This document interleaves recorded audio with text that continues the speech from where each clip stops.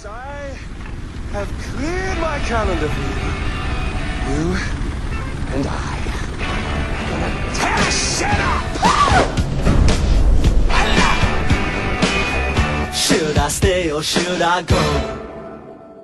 Nowadays, when you bring up Far Cry, you either hear about how good the old games were, or how bad the new games are. How disappointing games like Far Cry 5, New Dawn, and Far Cry 6 are. Or how great Far Cry 2 and 3 were. But in all of this commotion, it feels like nobody's talking about Far Cry 4. Far Cry 4 is my favorite game in the series, and it just feels like it's kind of forgotten. I believe that this is due to it being sandwiched in between Far Cry 3 being the most notable in the franchise, and Far Cry 5 being one of the most controversial with all of its everything. But this doesn't mean it's a bad game. In fact, you could argue that it's the best in the franchise, with a good story, fun gameplay, an amazing setting, and one of the greatest villains in all of gaming, in my opinion. All of that comes together to create this beautiful mixture. Now, this video is based off of my personal experience with the game Far Cry 4. I won't be going into as much depth as others who have reviewed the game previously. This is more so me talking about a game that got me through a hard spot in my life. And yes, this video will contain spoilers. I will be talking about the story of this game, so I guess a warning for that, and let's get into it. So the game starts with the main character AJ Gale returning to his home of Kyrat to spread the ashes of his mother Ishwari. We learn through a narration at the beginning of the game that a group known as the Golden Path is causing civil unrest in the country. We learn later on in the story that the Golden Path was actually founded by AJ's father, Mohan Gale. As soon as AJ enters Kyrat, his bus is stopped by the authorities. They find something when searching the bus and begin to shoot at it. AJ is captured by the country's ruler, Pagan Min, who seems genuinely happy to see him. I recognize those eyes anywhere. Hugging him and taking a selfie. This surprises AJ as he doesn't recognize Pagan, but Pagan seems to have some connection with AJ's mother as he comments on how they have the same eyes. Pagan apologizes on behalf of the authorities and even stabs one to death. But it got out of control. I'm sorry, I didn't hear you. What'd you say? It got out of control. Got out of control. I hate when things get out of control. After this, Pagan kidnaps AJ and takes him to his mansion. This is actually one of my favorite introductions to a video game. It really tells you all you need to know, introducing the motivations of the protagonist, showcasing the villain, and showing you just how fast shit can hit the fan in this world. Simple, but you know, if you give food to monkeys, they just throw their shit at each other. The fact that we experience it from the perspective of the protagonist gives it a lot more of a personal nature, and also helps us to get a lot more invested early on. That's one aspect that Far Cry games have always excelled at, is the first person cutscenes, with the most notable being Voss's speech about insanity. What the definition of insanity is.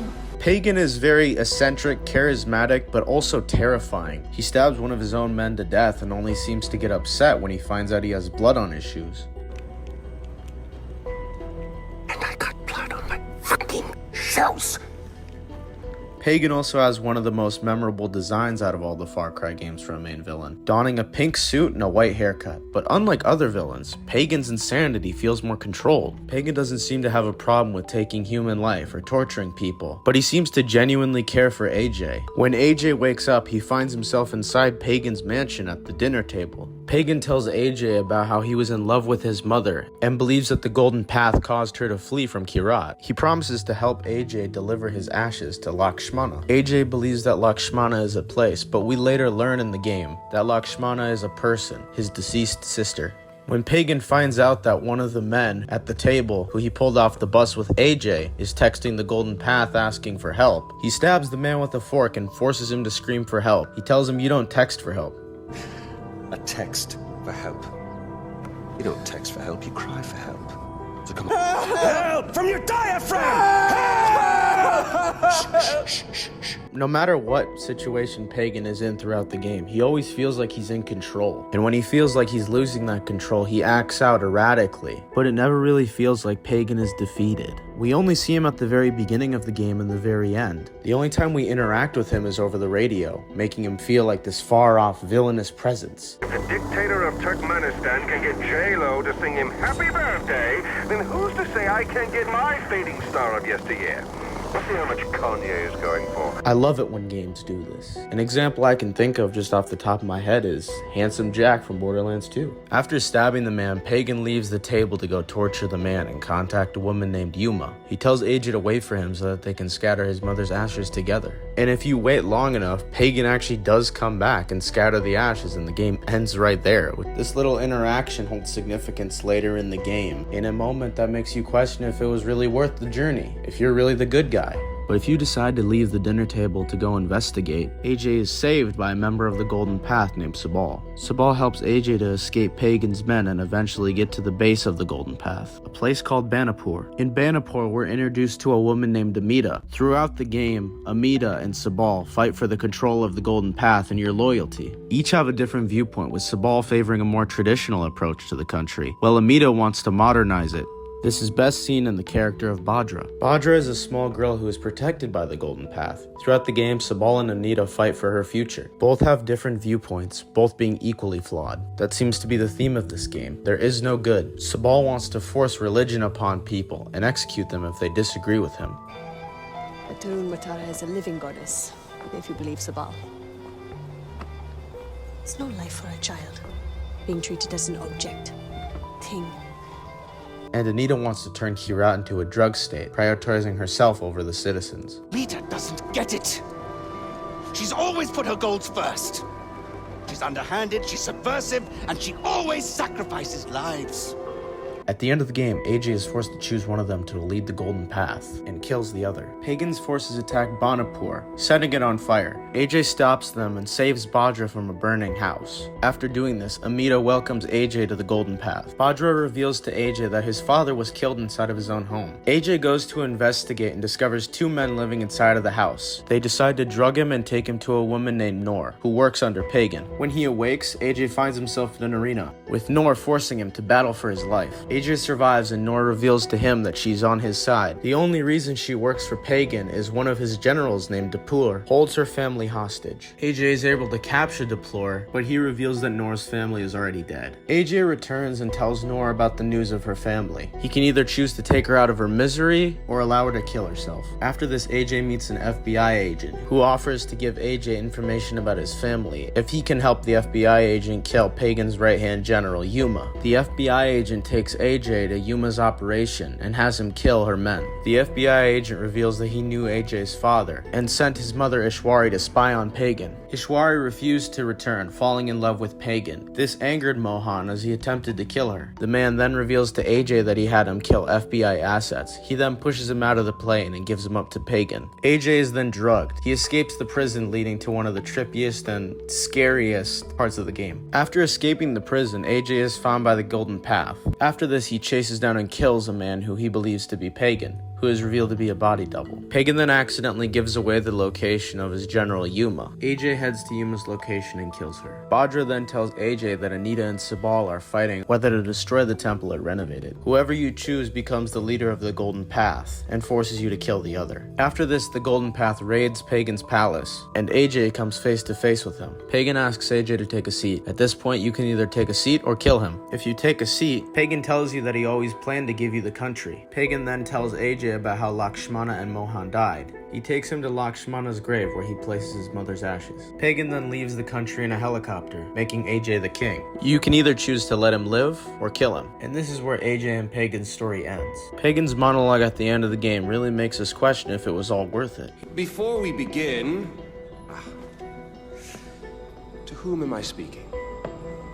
The son who returned to scatter his mother's ashes, or the lunatic who has murdered his way to the top of my mountain? In most games, this would feel cheap, as we know that killing and fighting our way through the bad guys is the only way to complete the game. But with the knowledge that you can beat the game without even pulling a trigger, this really messes with you. If I was speaking to the first guy, then I would say, sit down. Let's be civilized. Enjoy some food. But we tried that before, didn't we? And the more that you think about it, you didn't really make Kirat a better place. Because whether you choose Anita or Sabal, there's always going to be a terrible leader on the throne. I believe that this story is one of the two best in the series. It leaves you with a bittersweet taste, but at the same time, a sense of accomplishment. And the game is only furthered by the beautiful setting of Kirat.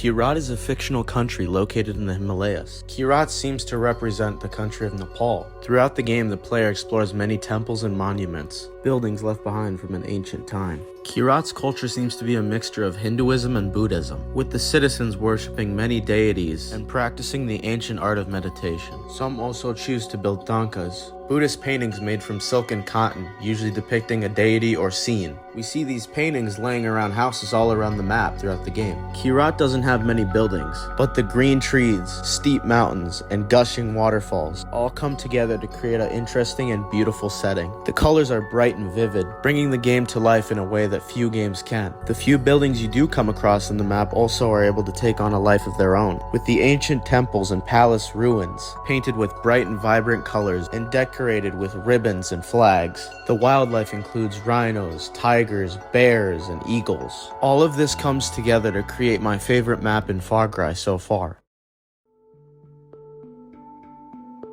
The gameplay is fun and very well paced. All of the first-person animations like healing, reloading, and skinning look great. I'm also a huge fan of the game's UI. It's very simple, showing only the player's health, minimap, and current objective. This is a breath of fresh air, as nowadays, most video game UIs look like a frickin' Twitch setup. Look at this, what the fuck is this? I feel like I have to gift subs to Activision. The simplistic UI helps the game to feel a lot more immersive. The gun selection is pretty good. Throughout the game, you have to liberate bell towers using these little parkour segments. These are fun and quick and don't drag on for too long. Side missions are easily avoidable if you don't want to do them, and the game never feels like it really drags. Some of the side quests are a little bit repetitive though, but like I said earlier, they are very avoidable. The driving is okay, it's nothing special really, but overall the game's fun and keeps you interested. Personally, I don't really think there is a boring part of this game. Now that I've finished with most of the major details, I think we can move on to talking about the villain. I already talked about him during the story segment, but I want to elaborate a little bit more. So let's talk about Pagan.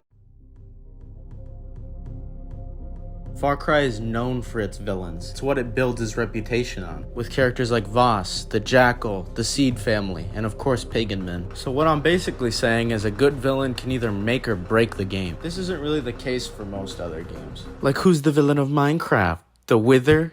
Ender Dragon?